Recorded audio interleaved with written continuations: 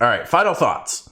Lastly, I know that for the past several months we have received a considerable number of requests with regards to opening Alpha 1 sales again. Here we go. Well, I am happy to announce I think it's time to read this bad boy. I think it's time. And then I'll go and see what those Discord messages were all about earlier, because I saw some previews. What do we got? Ooh, I like the stamp. That's cool. The wax stamp. Glorious Ashes community. I hope each and every one of you are staying safe and healthy as we enter into spring. We are now well into 2021, and here at Intrepid we are working hard to prepare for our Alpha 1 this June. As some of you may know, we pushed our Alpha 1 back 2 months to accommodate some unforeseen work. Let's see, is this the schedule? More or less. I'm happy to report that we have made great progress towards further stability and performance optimizations and are looking forward to giving our entire community a peek behind the NDA curtain. Ooh. Yo, Mark Gallagher just subscribed on YouTube. Thank you, Mark. I appreciate that.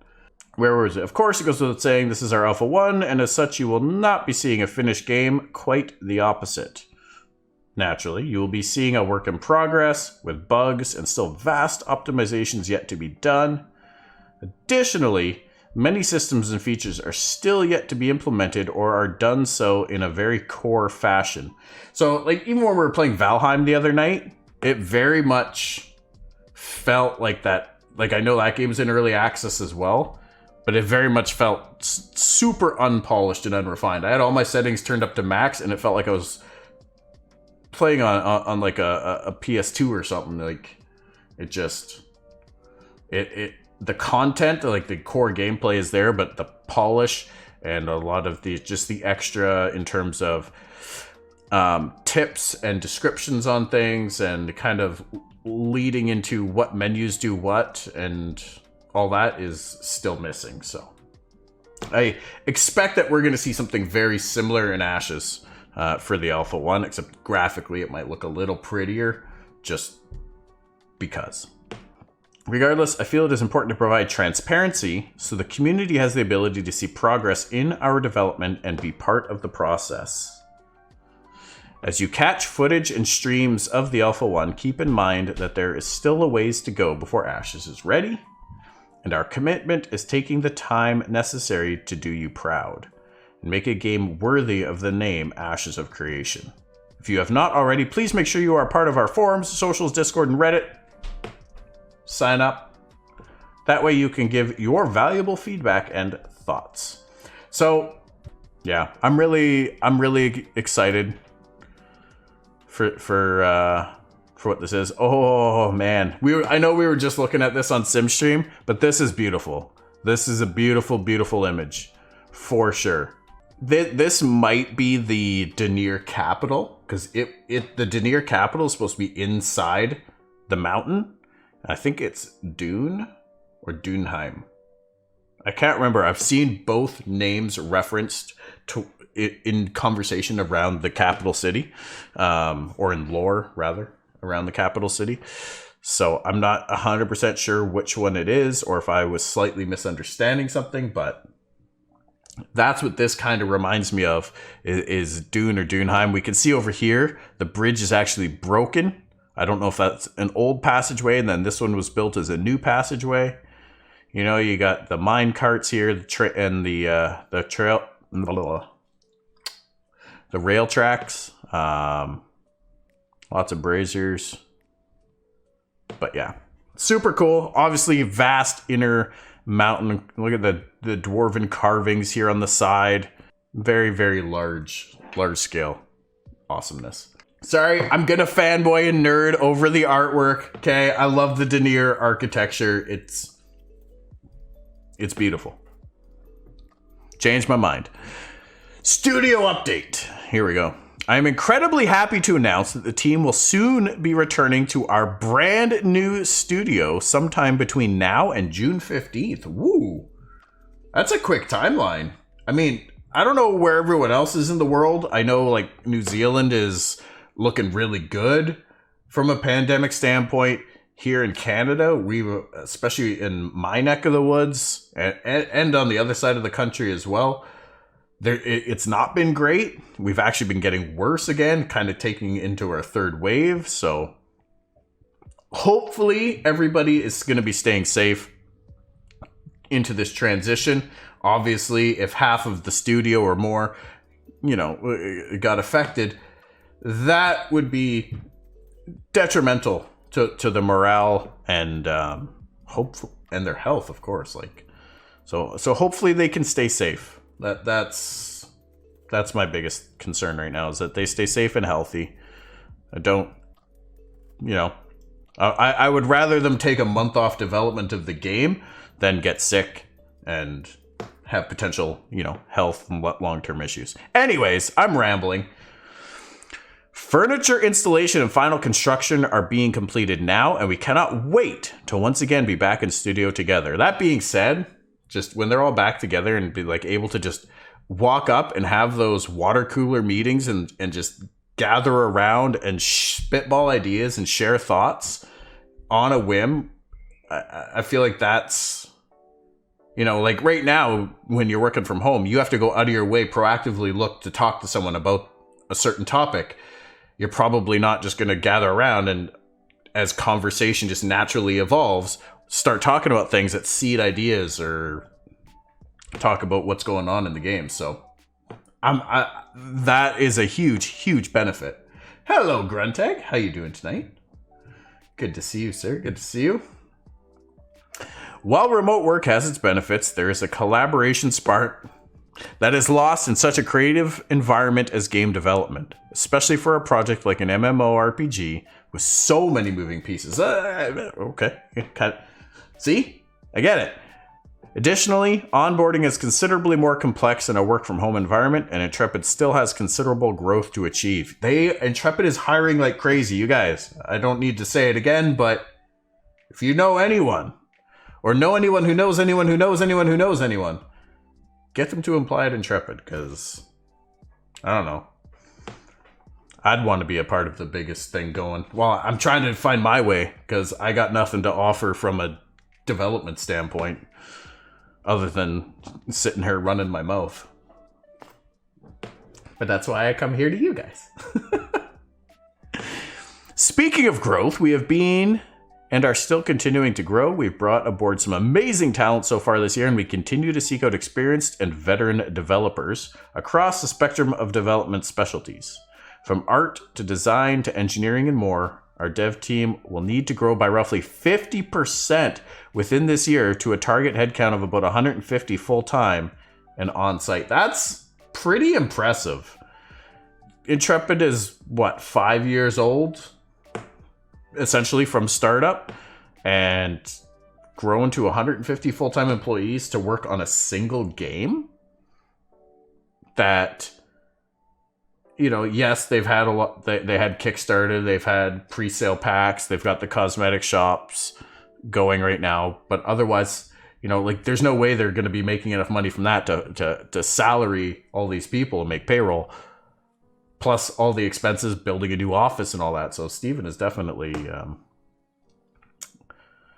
he's preparing Intrepid big for the future. And that's really exciting. That's really promising to hear. This isn't a typical indie studio with like 3 guys or girls sitting around trying to make a game.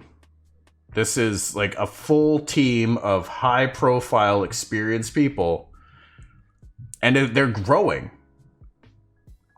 If you were skeptical about this game coming to fruition, that's just another point to help ease your mind that, this is serious. This, of course, does not include our contractors and external partners that we are leveraging on Ashes of Creation. Once we are situated this summer in the new studio, we will be conducting more aggressive hiring campaigns, including virtual and in-person job fairs. We will also be planning to open more junior and entry-level positions for those of you who may be currently or have recently completed your studies for game development. The future is bright. Naba still? I don't know if you're here, my friend. I know you have just started your schooling in this. But if you're not here right now, I will be making sure that you are part of this, because hopefully they can offer some work from home positions to people like yourself that are a little above and beyond. Maybe not in experience, but everywhere else that counts, Okay. Can anyone tell what racial theme this is? We got some runic markings on the floor in the stone or tile. Some just normal decorative symbology. Banners. I can't really tell what that symbol looks like. There's the phoenix. This might not even necessarily be a racial theme. This might actually be a temple.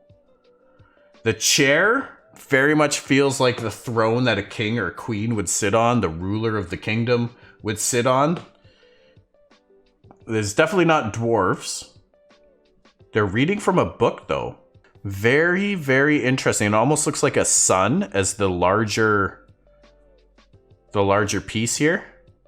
But I love that it's got the phoenix in the stained glass. That is gorgeous. I would love to have that stained glass window, like, actually in my house at a pretty decent size. I don't know if these symbols mean anything in particular. I want to say they look familiar, but I think it's just a more generic tribal thing that I've seen. Anyways, I'm trying to overanalyze this picture just to see if there's any really key indicators here. But I really feel like this is themed towards a religious building, a temple, more than anything else. But that is like just gorgeous. Gorgeous ambience. I love the way the light is shining through. You can see it cutting through the air and everything. Very, very good lighting effects. Unreal Engine 4, you guys. Love it. All right, let's get back to the letter here. But if you guys have any thoughts on that image, please do share them. I'm gonna guess human. One of the human subraces is the inspiration for these statues. All right, development update. This is the juice. This is what we're waiting for, right? During much of the first quarter of 2021, we have done a considerable amount of testing, both internally and with our resilient Alpha 1 preview testers. In February's testing, we discovered some critical bugs on the networking side and promptly focused on fixing that up. We have now achieved a more stable and performant test client, and we'll be ramping up testing starting once again on April 19th. That's in 5 days. In 5 days, they're going to get going again here. So that looks like that'll be part of the still NDA testing. Alpha 1 preview spot testing. So it's just on and off spot testing right up until June 1st. So in that time frame, the NDA will get lifted and more people will get access to play. So there will be this week in May, the third week of May, will add just a whole other level of pressure and stress onto the servers to see if those networking issues and whatnot are not only resolved, but are a little bit more future ready. So I'm excited for that. Starting once again on April 19th with our NDA testers in anticipation for the non-NDA testing starting in May, and ultimately the Alpha 1 test beginning on June 1st. So I believe this is still Alpha 1 preview client, not the full-on Alpha 1. Of course, we cannot predict what unknowns can surface as we navigate these testing periods, and part of this transparent development process is setting expectations correctly. Ultimately, the whole reason for this early testing is to collect data and to appropriately address issues as they arise. Sometimes this means delaying, and that's okay, so long as you, our glorious community, are kept up to date with our efforts and progress. Our end goal and top commitment is ensuring a stable launch with the features promised and performance deserving of an MMORPG like Ashes of Creation. Yo, DJ Flemmy Flem, how you doing? I'm doing good. It's been a long day, but I mean, we got our creative director's letter, so how bad can it really be? And based on what spoiler alerts I have heard already, I feel like there's some pretty good news still to come if these juicy pictures are not enough yet. How are you, sir? How you been?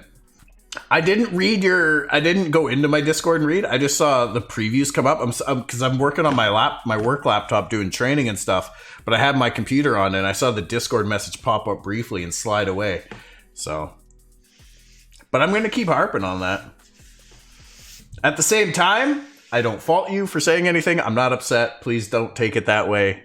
I just thought it was something funny to meme on, to be honest. We knew it was coming today, right? We have also recently completed an update with engines, moving from Unreal Engine version 4.25 to 4.26. We try to keep up to date with the latest versions from Epic, and this update went particularly smoothly thanks to the hard work of our engineering and QA teams. That's awesome. In some of our more recent testing, which was showcased in our February monthly update stream, we successfully conducted stress testing that focused on having hundreds of players and thousands of NPCs within close proximity of one another, which we maintained a relatively decent server-side performance. It was like, what was it, 10,000 bears or something like that? Grizzly bears? They looked like grizzly bears. That they spawned in with hundreds of players in the same area, and yeah, it looked pretty well. It looked pretty good. This will be further tuned and optimized, but it demonstrates a significant milestone in the game's technical capabilities. Absolutely. As you know, one of our greatest goals is putting the massive back in massively multiplayer. This is intended through many systems in the game: raiding, sieges, wars, battlegrounds, naval content, and more. So much more. So much more. The whole game is hinges on having large groups of players and player population on the server being active. But if you guys haven't seen that monthly update from February, go check it out. Steven was recording that game in 4K, and he did spawn a decent number of bears again, not like the crazy amount that they did during the test by accident when he typoed the number. But he did spawn quite a few in there again, and was still recording in 4K, and it appeared to do quite well. I think there was a little bit of lag or choppiness. So seeing that from the client side was actually really nice to see how well it did. Last year, I spoke of attempting to incorporate sieges into the Alpha 1 experience. This has obviously been a goal of mine because it provides considerable data and a consistent event within the world that players can participate in to help stress test the deployment. Well, I'm happy to say that it is appearing more and more likely by the day. Ooh! We're going to get to see some Siege content, you guys, in Alpha 1. I love that. I love that. Initial implementation of the Apocalypse Siege code has been migrated into the Alpha 1 client, and we should begin internal testing next month. Yo, No Twin, how you doing? Hello. It is huge. It is very huge, because it's not just for the stress testing of the server and the client, but looking at from a very early level at the foundation of what is required to make that siege system successful in the game, and getting that feedback now, because I feel like it's going to seed and tie into so many other systems. So getting that data and getting that testing started now, I think is, absolutely huge. Very exciting. Very, very exciting. I will caveat this expectation with the fact that we are cutting it a bit close from an internal QA standpoint, but I have some confidence that the system will be online and capable of inclusion for the Alpha 1 test in the month of June. The Siege component will obviously not be representative of what the Siege system will be at launch or even in Alpha 2. I will keep you updated on its progress in our monthly live streams. So, That's awesome. And it sounds like exactly what their goal is to bring in that old Apocalypse Siege code into the game so it runs in that aspect. I think their reason for just wanting to kind of bring that in quicker, not only for the foundational aspect of it, but to make sure that obviously you can have large scale battle with a lot of players in a similar or in the same location. Okay, everyone is a bear during the sieges. Yeah, can you imagine? What's going on, Chicken Day Forest? How you doing? All right, final thoughts. Lastly, I know that for the past several months we have received a considerable number of requests with regards to opening Alpha 1 sales again. Here we go. Well, I am happy to announce that we will be reintroducing Alpha 1 options sometime in May. More information on this will be posted to our website around the end of April, and we will announce this across our socials. Why did I chew that word so much? Socials. So make sure to keep an eye out if you are interested in participating. I do, however, want to give a stern warning. Participating in our Alpha 1 test should not be regarded as playing a game. You are helping to test our work in progress.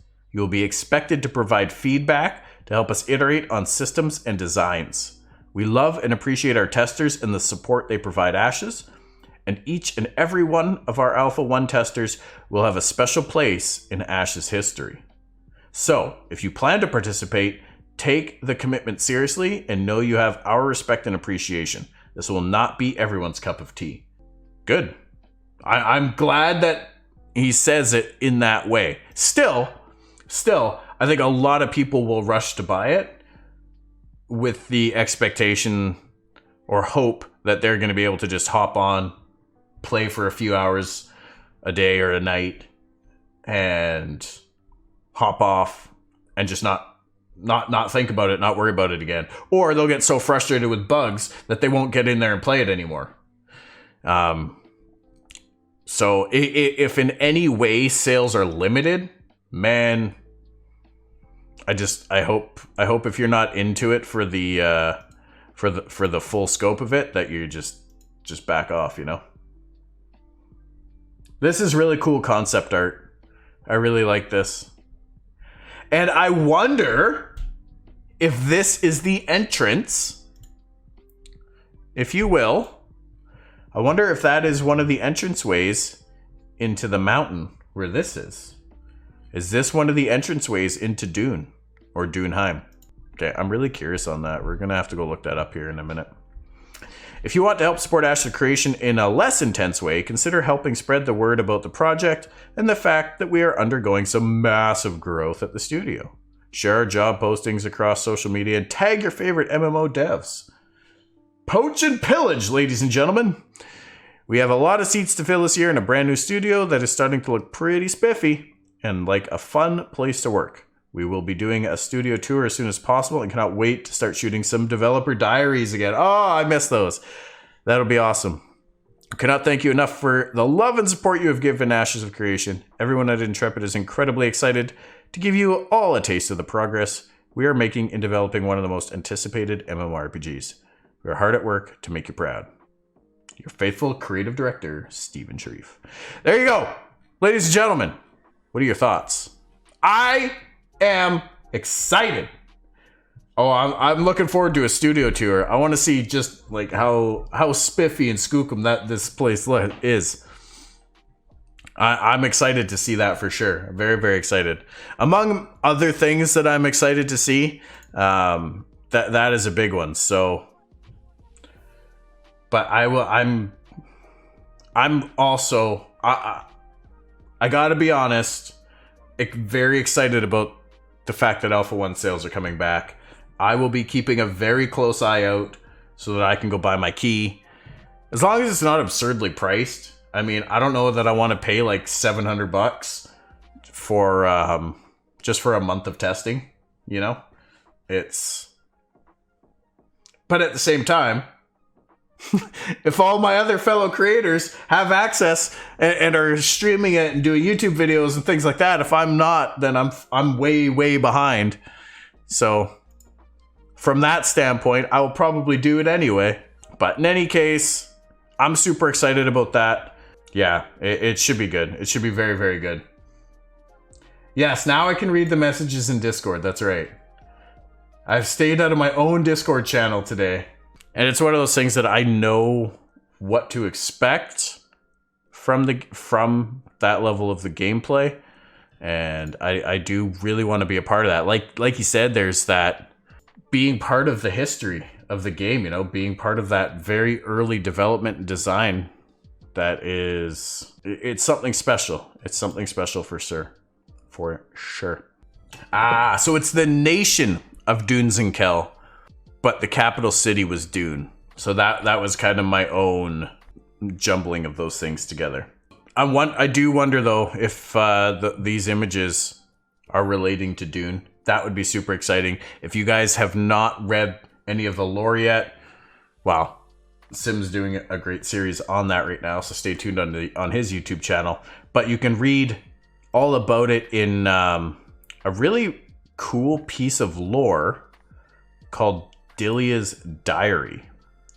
Doesn't look like it's necessarily referenced on this page, but it probably is on this one. Dilia's Diary, here it is. This is a brief snippet of it, but you can read more about it. But it basically talks about when way back when the Harbingers were just coming to Vera, the flee out of Dune, out of the mountain. Dune was the capital of the Denier dwarves in a giant mountain, and wow. I mean, this is what we do, right? This is what we do.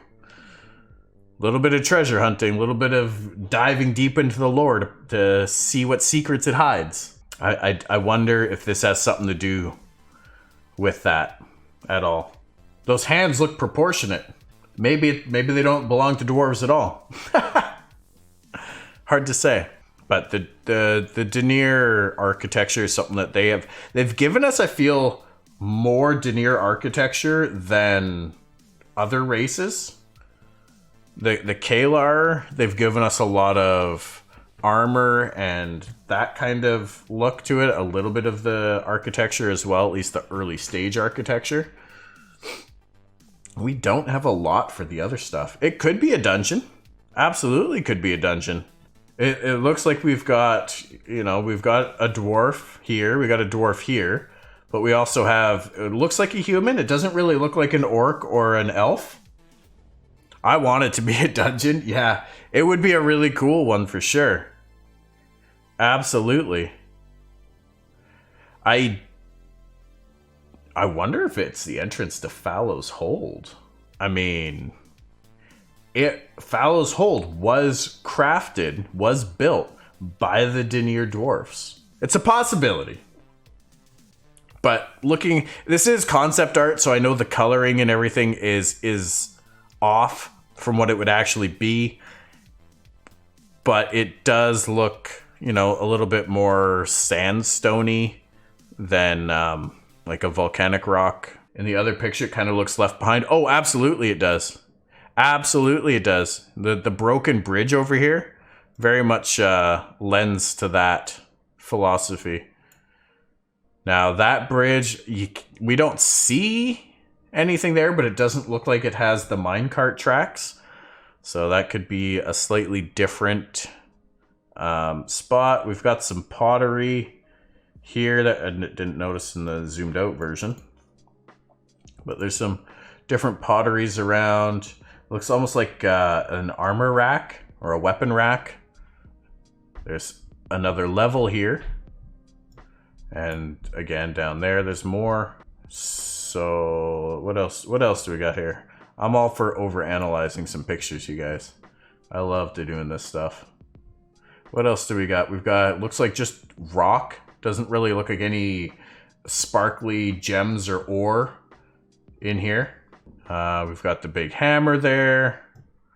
That's part of the the denier sculpture. It does look pretty cracked and weathered all over. Like this bridge looks a little like it could be considered a little unstable. We got birds. So the fact that there's what looks like birds in here would make me think that we're not too far away from any entrance. It's unlikely that you would see birds really deep in a cave. Bats maybe, but those don't look like bats to me. And I feel comfortable reading into things like that and not just being like, oh, maybe the artists just or whatever, because these artists are on point. So I feel comfortable reading into it. Now, that being said, these braziers, are they magic, or is somebody actually responsible for coming by and restocking them with more wood and kerosene or whatever else is in there? This might be Dunzinkel more than Denier. Dunzinkel was the nation or kingdom of the Denier. And Dune was the capital city. I feel like this is the entrance to Dune. It does kind of have Diablo-esque feels to it, doesn't it? Especially Diablo 3. It's not quite as dark, I think, as what you would see in Diablo 1 or 2. But it definitely has a Diablo 3 vibe to it to me. It has that ancient temple, but you know, you can see other layers or levels down here. But the broken bridge, I think, is pretty significant. I think that's a pretty significant piece there.